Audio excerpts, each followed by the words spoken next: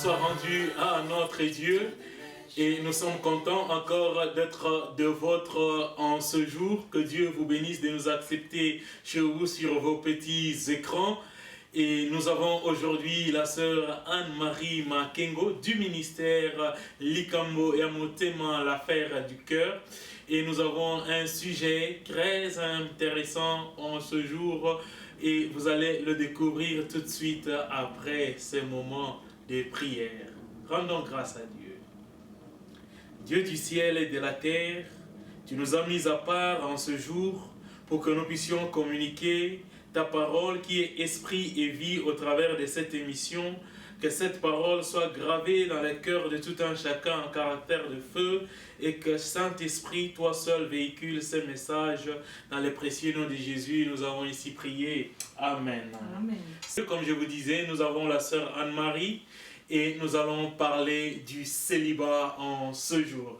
Avant que nous puissions parler du célibat, sœur Anne-Marie, vous avez pu organiser un concert dans la ville le week-end passé. Et comment le concert s'est passé? Eh ben, le concert s'est très bien passé, très bien passé. J'ai reçu de nombreux coups de fil où les personnes ont dit qu'ils ont été vraiment bénis et vraiment nous ont encouragés à continuer sur cette voie-là. Dieu a vraiment été glorifié, je bénis le Seigneur. Et l'objectif, c'était quel objectif que vous vous étiez assigné dans ces concerts?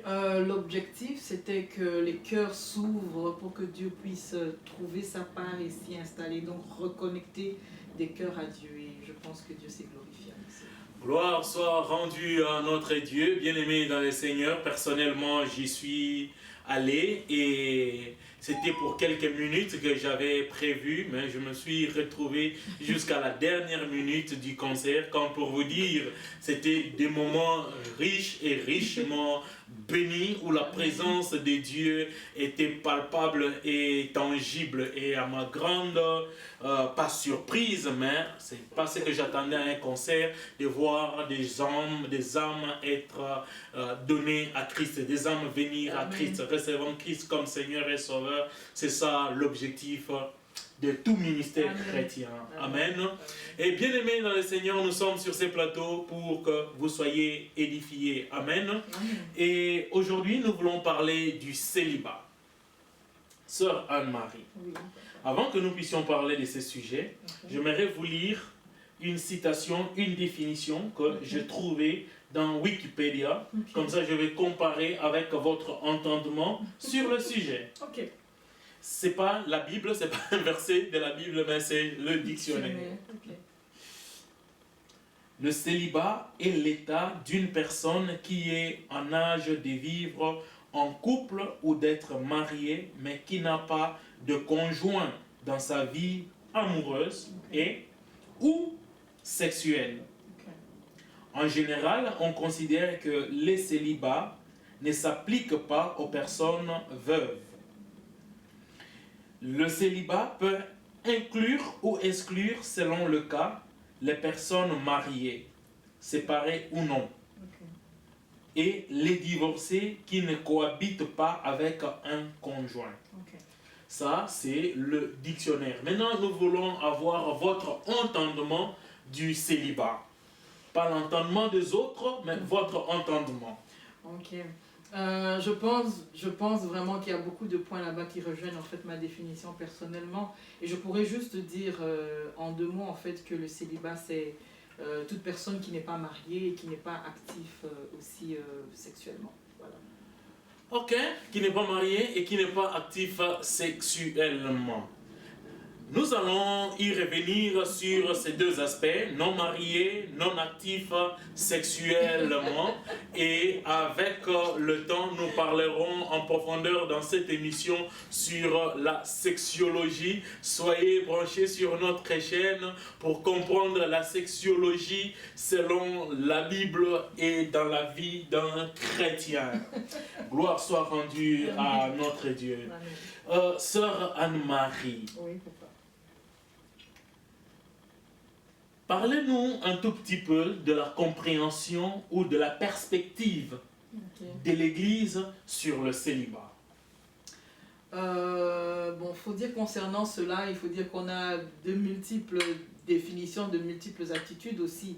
Et je voudrais dire du point de vue général, principalement en Afrique, parce on fréquente des églises africaines depuis le pays, où le célibat, en tout cas, n'est pas très bien reçu. Et on considère généralement directement, dès qu'on voit le célibat, on voit des démons, on voit des esprits, on voit différents liens de famille, je ne sais pas, de progéniture, dès qu'on voit un célibataire qui se présente, qu'on peut même des fois surnommer célibataire endurci de temps en temps. Voilà, c'est très mal vu. Ok, le célibat dans l'église est très mal vu. Ouais. Est-ce que le célibat à l'église, est-ce que c'est un esprit? C'est un démon, puisque j'ai vu dans la pratique des églises où il est arrivé à ce qu'on commence même à chasser ou à faire une délivrance. Pour ceux qui ne connaissent pas la délivrance, d'autres l'appellent exorcisme, sur la personne en chassant l'esprit de célibat. C'est quoi l'esprit de célibat? Bon, en fait, je ne voudrais pas trop m'approfondir dedans, mais j'aimerais juste dire en fait que je ne néglige pas, nous ne négligeons pas le fait que, effectivement, il y a certaines manifestations, en fait, certaines personnes qui durent en fait dans le célibat et qui est dû en fait à certaines possessions démoniaques, à certains liens de famille aussi. Okay. Mais je pense aussi qu'il y a aussi la catégorie des personnes qui n'ont ni lien de famille, ni esprit de nuit, ni mari, ni femme de nuit, ni quoi que ce soit, mais juste en fait qui se retrouvent dans une position où la réalité en fait est telle qu'ils sont là comme ça parce que peut-être ils n'ont pas encore trouvé, ou bien ils sont là comme ça parce qu'ils sont en formation. D'ailleurs même ce moment-là est un très bon moment de formation. Donc je pense qu'il n'y a pas seulement directement le lien des esprits que nous devons relier au célibat. Ok, gloire soit rendue à Dieu pour cette précision, puisque nous avons vu beaucoup de gens être traités de posséder d'un esprit, d'être possédés par un esprit de célibat. Oui. Le célibat. Maintenant, entrons maintenant dans la Bible, puisque là nous avons vu comment le monde conçoit le célibat, comme nous l'avons lu dans les dictionnaires. Nous avons votre propre définition, votre entendement. Nous avons l'entendement général de nos églises que nous fréquentons, les églises africaines. Je ne sais pas comment dans les églises de blancs, ils conçoivent les célibats, quand bien même ils encouragent tout le monde aussi à se marier, ce qui fait qu'ils comprennent que le célibat n'a pas vraiment sa place dans l'église. Et maintenant, entrons dans la Bible. Qu'est-ce que la Bible nous dit de célibat? Nous pouvons prendre un verset. Papa Christian pourrait nous le lire, ce verset. Nous pouvons aller dans 1 Corinthiens 7:7, où c'est Paul en fait qui est en train de parler. Est-ce qu'on peut le lire? 1 Corinthiens 7:7. Je voudrais que tous les hommes fussent comme moi, mais que chacun tient de Dieu un don particulier. L'un d'une manière et l'autre d'une autre. Voilà, exactement. Je vais juste souligner le fait où Paul a parlé de don. Il reconnaît non seulement, bien sûr nous connaissons tous la position de Paul, Paul était célibataire. Il avait pratiquement dédié toute sa vie à Dieu, il n'a pas touché au mariage. Mais il reconnaît en même temps que dans sa position, bien qu'il souhaite que tout le monde soit dans cette position, mais il reconnaît aussi l'autre position, c'est-à-dire celle du mariage. Et il reconnaît que l'un ou l'autre a possiblement le don de célibat, ou bien il a aussi le don d'être marié. Donc il reconnaît les deux. Il ne rend pas l'autre inférieur ou supérieur à l'autre, mais il reconnaît en fait à un niveau égal que je peux être soit d'un côté, soit de l'autre côté, ce qui est une bonne chose. Ok. Sœur Anne-Marie. Oui, papa. Nous sommes en train de parler de l'Ikambamoté, l'affaire du cœur. Exactement. Et ici, j'ai une question de l'Ikambamoté, l'affaire du cœur. Paul, il dit, chacun tient de Dieu un don particulier. Exactement. Et lui, il avait un don de célibat. Oui. Avez-vous aussi reçu un don de célibat dans votre ministère, puisque jusqu'à présent, vous êtes encore électron libre? Non, effectivement, c'est vrai. Mais ce don-là, je ne l'ai pas reçu. En tout cas, de ce côté-là, je suis sûre que... Non, de ce côté-là, pour le moment, effectivement, on est là. On reconnaît en fait les bienfaits du célibat, mais je sais que je n'ai pas reçu ce don-là. En tout cas, ça, je sais. Ça, j'en suis sûre. Gloire gloire soit rendue à notre Dieu. Et bien aimé, ne faites pas des appels. Bon, ok, patientez, ok. Ok, puisque vous êtes dans cette catégorie de célibataire, ce qui fait que vous, pour le moment, ce qui fait que vous comprenez très bien le sujet. Ok. Si je vais un peu plus loin dans le verset que nous venons de lire, ok, je vais prendre juste 8 et 9. Ok. À ceux qui ne sont pas mariés et aux veuves, ok, aux célibataires, à ceux qui ne sont pas mariés, donc il s'agit des célibataires, ok, et aux veuves. Je dis qu'il leur est bon de rester comme moi Paul, qui n'était pas marié, ok. Mais s'il manque de continence, qu'il se marie, car vaut mieux se marier que de brûler. Ici, j'aimerais parler maintenant de continence. Puisque quand il parle de continence, il parle de continence sexuelle. Effectivement. Ok. Et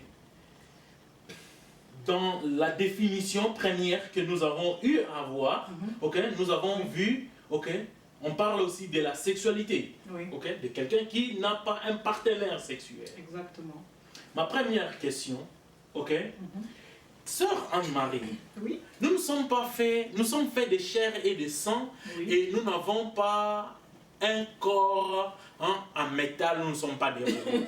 C'est sûr. Ok? C'est sûr. Là, vous êtes d'accord avec moi? Bien sûr. Ma question, elle est directe, Sœur Anne-Marie Makengo. Comment vous, Sœur Anne-Marie, ok, quand ça chauffe, si je parle bien, sur le plan sentimental, comment vous vous en sortez? Bon, il faut dire qu'on a donné de multiples, disons de multiples opportunités, c'est-à-dire de multiples réponses à ce genre de questions. Puisque vous n'avez pas un don de célibat, c'est pourquoi je pose cette question. Oui, c'est vrai. On peut ne pas avoir de don de célibat, mais cela ne veut pas dire, parce qu'on n'a pas le don de célibat, que lorsqu'on est durant cette période de célibat, qu'on a le droit d'avoir des rapports sexuels. Les rapports sexuels sont pour les mariés.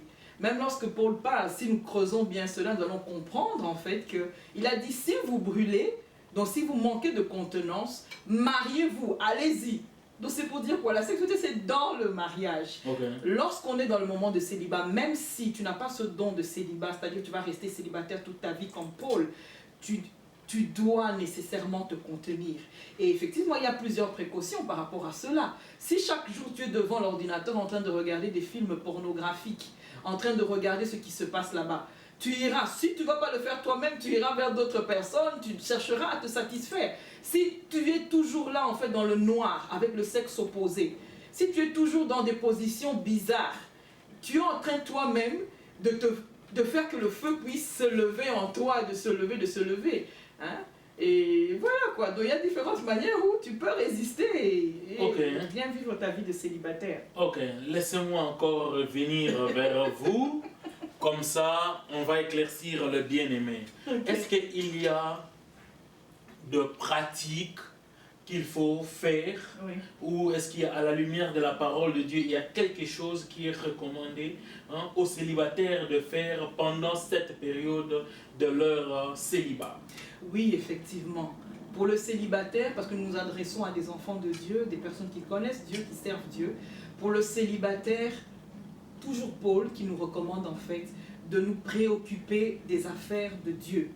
C'est vrai que ce n'est pas une distraction, parce que ce moment principalement est un moment très important.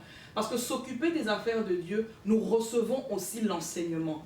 L'enseignement, c'est vrai qu'il pourra nous aider pour l'éternité. Mais même pour cette vie de mariage dans laquelle nous sommes en train de partir, Dieu va prendre le temps de nous former, de nous enseigner et d'aller vers les autres. Il y a certaines histoires que nous pouvons recevoir, certaines histoires que nous devons changer en nous, qui nous sera bénéfique dans le mariage. Donc si tu es célibataire, chrétien, enfant de Dieu, préoccupe-toi des enfants de Dieu et non d'être là focus à dire Seigneur, je dois me marier, je dois me marier, je dois me marier. Mais qu'est-ce que tu es en train de recevoir dans ton moment où tu n'es pas encore marié, où tu es seul?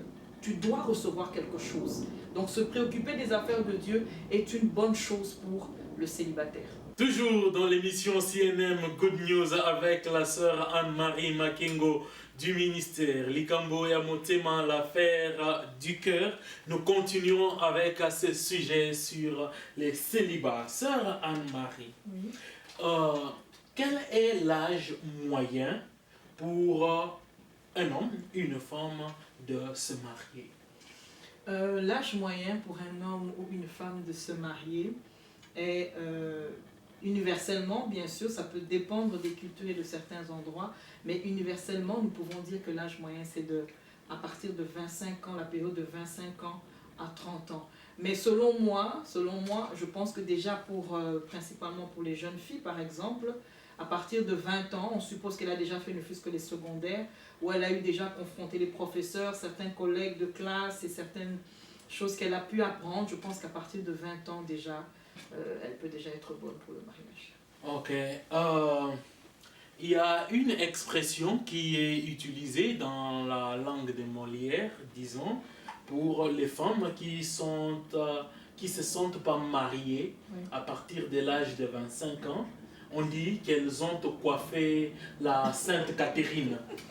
Et pour ces femmes qui ont coiffé la Sainte Catherine, qu'est-ce que vous pouvez leur dire puisque elles ne sont pas mariées, toujours célibataires?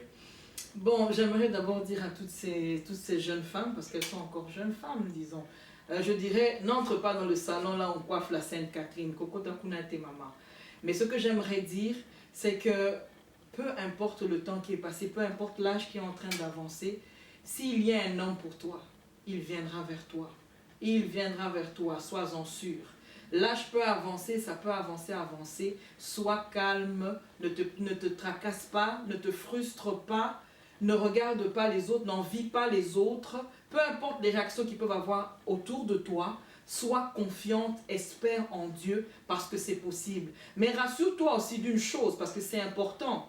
Il ne faut pas se voiler la face, c'est-à-dire que tu peux avoir eu ce don-là, le don que Paul a eu de servir Dieu dans le célibat. Donc c'est une chose qu'il faudrait aussi être sûr de regarder. Le mariage aussi, il faut être sûr que le mariage aussi est fait pour toi. Donc dans les deux situations, il faut être sincère avec soi-même et affronter la réalité et avancer. Vous avez encore souligné Paul dans son don. Ok?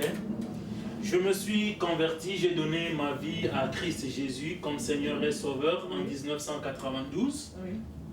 Et depuis que je suis dans l'église, là je parle de l'église de réveil, l'église des réveils en général, Okay. je n'ai pas encore vu, ok? Oui. Je n'ai pas encore vu l'église promouvoir le don de célibat.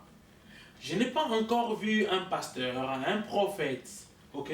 Oui. Promouvoir le don de célibat, le don du Saint-Esprit, oui, nous en parlons, mais ce don que Paul appelle le don de célibat, je n'en ai pas entendu. Oui. C'est dû à quoi? Bon, je ne peux pas donner les raisons exactement en fait pourquoi est-ce qu'on ne promouvoit pas cela, mais je dois le dire que c'est une réalité parce que même les temps qui avancent, le temps qui évolue, nous pouvons constater le nombre de célibataires que nous trouvons autour, même des serviteurs de Dieu, même des missionnaires. Nous retrouvons des gens qui sont seuls, pas nécessairement par choix, mais peut-être parce qu'ils n'ont pas encore trouvé, ou bien parce qu'ils sont tellement focus sur ce qu'ils font, mais nous voyons qu'il y a beaucoup de célibataires autour de nous. Donc je ne sais pas pourquoi est-ce que l'Église ne promouvoit pas cela, mais bon, je ne sais pas, je ne peux pas dire. Et comment reconnaître que j'ai le don de célibat? Est-ce que c'est puisque j'ai 40 ans, je ne me suis pas encore marié, j'ai 50 ans, je ne me suis pas encore marié? Comment peux-je reconnaître que Dieu m'a béni avec un don de célibat qui n'est pas un esprit, qui n'est pas un démon, qui nécessite un exorcisme ou une délivrance? En fait, pour des personnes qui ont par exemple ce don-là, selon moi, je pense que ces personnes-là seront différentes d'abord de tous les autres célibataires, c'est-à-dire qu'ils auront une certaine continence, ils auront une certaine facilité à affronter certains obstacles en tant que célibataire par rapport aux autres. Donc je pense que déjà, le fait que Dieu mette un don en vous, vous ne serez pas inconscient de cette place de don en vous et vous réagirez différemment dans la société par rapport à ce don-là. Ok, gloire soit rendue à notre Dieu. Merci Seigneur de ne m'avoir pas donné ça. Que la gloire soit rendue à notre Dieu bien-aimé dans le Seigneur. J'espère que là où vous êtes de nôtres et vous êtes bénis avec cette série de messages. Si vous constatez que vous avez ces dons des célibataires, bien-aimés dans le Seigneur, contactez-nous, nous serons édifiés par votre témoignage, par votre expérience avec le Seigneur. J'aimerais dire ceci. Vous savez comment vous écoutez Dieu, vous savez comment Dieu vous parle, vous savez comment vous recevez les instructions de la part de Dieu. Et si vous recevez l'instruction selon laquelle Dieu vous veut dans cette position, ce qui va en découler comme conséquence, vous serez en mesure de surmonter toute tentation de la chair sur le plan sexuel. La sexualité ne vous dira absolument rien et Dieu vous donnera une force surnaturelle, surhumaine pour surmonter toutes ces tentations, tous ces désirs. Et si vous en avez déjà expérimenté, ne manquez pas de nous en faire part. Nous serons édifiés par votre expérience et nous édifierons d'autres personnes par votre expérience au travers de cette émission. Gloire soit rendue à Dieu, mais moi et la sœur Anne-Marie, nous n'avons pas du tout reçu ces dons-là. C'est pourquoi nous pouvons vous témoigner que non, nous ne sommes pas des robots. Mais nous nous abstenons. Gloire soit rendue à Dieu, Père Tout-Puissant. Vous pouvez constater combien nous sommes bénis ensemble avec vous dans ce sujet sur les célibats, avec le ministère que dirige notre sœur Anne-Marie Makengo, Likambo et Motema, l'affaire du cœur. Et il n'y a pas que ce ministère, il y a aussi le ministère de chant, comme nous avons été bénis, comme nous l'avons dit au début de cette émission. Et puis, ça c'est vraiment un don de musique qu'elle a accepté dès le jour où elle a reçu Christ comme Seigneur et Sauveur. Mais le don de célibat, elle n'a pas accepté. Sœur Anne-Marie,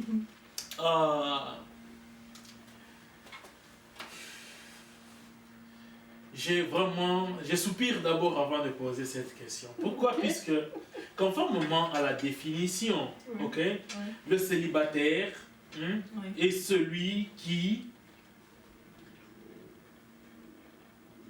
n'a pas un partenaire, avec qui il vit dans une vie amoureuse et ou sexuelle. Maintenant, nous avons des gens qui ne sont pas mariés. Mais qui ont un conjoint, une conjointe, et ils vivent une vie amoureuse et ils sont actifs sexuellement. Où allons-nous placer cette catégorie et quel message pouvons-nous donner à cette catégorie? En tout cas, par rapport à cette catégorie, en tout cas, je dirais, selon moi, je ne les placerai pas dans la catégorie des célibataires selon... Ni des mariés. Ni des mariés, selon la définition qui a été donnée par Wikipédia. Et c'est aussi à ce moment-là aussi que je voudrais aussi profiter en fait pour dire à toutes ces personnes-là en fait qui sont en train de vivre ce genre de vie, d'essayer en fait d'eux-mêmes, premièrement de se catégoriser et deuxièmement, s'ils sont honnêtes avec eux-mêmes, parce que c'est très important d'être honnête avec soi-même, directement se rallier en fait à ce que Dieu nous demande de faire. Et Dieu ne vous emmène pas à la condamnation, je ne vous condamne pas, mais tout ce que je vous exhorte, tout ce que je vous demande, c'est de vous rallier à ce que Dieu demande. C'est-à-dire que si vous êtes en relation, avec certains rapports sexuels et que vous n'êtes pas marié, essayez d'éclaircir les choses. Soit mariez-vous, soit clairement restez seul, c'est-à-dire jusque quand peut-être le mariage arrivera. Et voilà quoi. Gloire soit rendue à notre Dieu pour cette catégorie. Je sais que nous ne parlons pas de robots, mais nous parlons à des hommes qui ont la chair et le sang, comme toi et moi. Bien-aimés dans le Seigneur, nous vous exhortons de vous confier à l'Éternel Dieu qui peut bien vous aider, nous aider à traverser cette période de vie. Merci, bien-aimés dans le Seigneur. Nous tendons vers la fin de cette émission du jour où nous parlons du célibat. Je donnerai la parole à la servante de l'Éternel qui va nous donner un résumé de ce qu'elle comprend sur le célibat et quel message elle aimerait faire passer au travers de cette conclusion. Ok, merci beaucoup. J'aimerais dire en fait à tous nos bien-aimés qui nous suivent en fait que le moment de célibat, en fait, comme on a déjà eu à définir beaucoup de choses à la fois, c'est vrai que lorsqu'on regarde aujourd'hui, c'est vrai que c'est très difficile pour les personnes seules, disons ça, les personnes seules, de vivre ce moment-là. Mais j'aimerais exhorter et dire en fait que c'est un moment très merveilleux, surtout pour ceux qui savent se confier en Dieu, pour ceux qui savent marcher avec la sincérité de eux-mêmes. C'est un moment merveilleux que nous passons en fait à apprendre ce que nous sommes par la grâce de Dieu. C'est un moment où nous sommes enseignés, c'est un moment où nous observons beaucoup parce que nous savons que demain nous changerons possiblement notre statut. Donc je voudrais encourager mes frères et mes sœurs par rapport à cette possibilité de ne pas baisser les bras, de ne pas considérer le célibat comme une fatalité, comme une punition, comme une malédiction, comme quelque chose... Une possession. Une possession, ou bien il faut coûte que coûte. Non. Il faut comprendre que lorsqu'on vit une situation, peu importe les endroits là où on peut partir, il y a des désavantages, il y a des avantages. Mais nous faisons quoi? Nous nous adaptons là où nous nous trouvons. J'étais au Congo, je suis venu aux États-Unis, je trouve certains avantages, je trouve certains désavantages. Mais par la grâce de Dieu, on essaye d'avancer malgré les circonstances. Donc je pense que si nous nous retrouvons dans cette situation de célibat, soyez patients, soyez fermes dans votre manière de marcher. Ne cherchez aucune position qui va vous compromettre, mais soyez simple dans votre position de célibataire. Servez Dieu avec vérité, soyez sincère avec vous-même. Acceptez l'enseignement que la société peut vous donner, acceptez l'enseignement que Dieu peut vous donner, vos parents, les gens qui sont autour de vous. Vous n'avez rien d'inférieur à ceux qui sont mariés, parce que demain, vous aussi, vous finirez par vous marier. Si vous avez le don de célibat que Dieu seul peut déverser dans la vie de certaines personnes, ils sont là, mais c'est vrai que c'est encore rare et refusé par beaucoup. Si vous l'avez, assumez ce don-là, parce que je suis sûre que Dieu peut utiliser votre vie pour bénir des milliers et des milliers de personnes dans votre situation, dans votre don de célibat. Donc, acceptez de vivre là où Dieu veut que vous puissiez vivre et soyez épanouis. L'essentiel pour toute personne, c'est d'accepter de voir cela en face, de ne pas refuser la réalité et d'accepter d'être épanoui, d'évoluer et de grandir par la grâce de Dieu. Merci beaucoup, bien-aimés dans le Seigneur, de nous avoir suivis dans cette émission CNM Good News avec la sœur Anne-Marie Makengo du ministère Likambo et Amotema, l'affaire du cœur. Sœur Anne-Marie, merci beaucoup de votre présence sur notre plateau, votre ministère Béni Cross and Gilo Ministries. Merci beaucoup pour votre disponibilité et que Dieu bénisse abondamment votre ministère. Bien-aimés dans le Seigneur, j'espère que vous avez aimé nos émissions sur ces plateaux. Donnez-nous un thumbs up sur notre chaîne YouTube, sur notre Facebook. Et nous vous invitons à regarder au bas de l'écran là, je ne sais pas si c'est là, pour souscrire à notre émission. Comme ça, vous pouvez avoir les updates de nos émissions.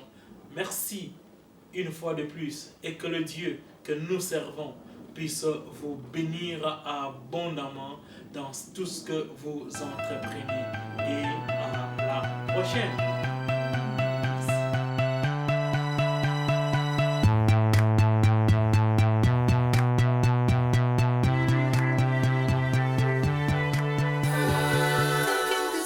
To the nation.